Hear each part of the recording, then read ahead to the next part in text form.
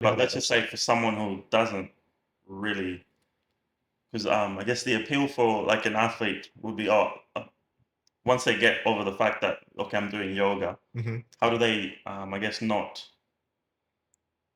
kind of feel embarrassed about the woo woo nature of yoga? How do you not feel embarrassed about it?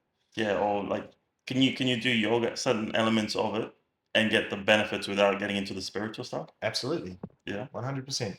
That's very much the style that I take when I teach. I don't dive into spirituality. I don't necessarily talk about the principles and the concepts in the scripts.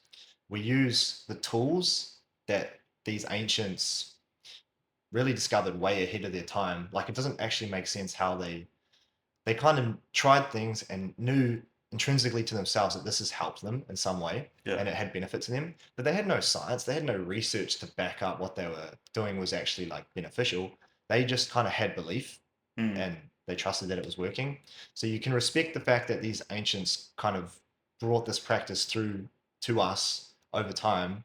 And now that it's heavily researched, you can take aside the spirituality if you want and just use the tool that was provided to you, yeah, be it meditation, be it breath work, be it movement, pardon me, and asanas, which mm, is the word Sanskrit word for movements and poses. yeah, So you can just take that away from the spirituality, practice it, know that it is scientifically proven to get you benefits and really help the mind and the body.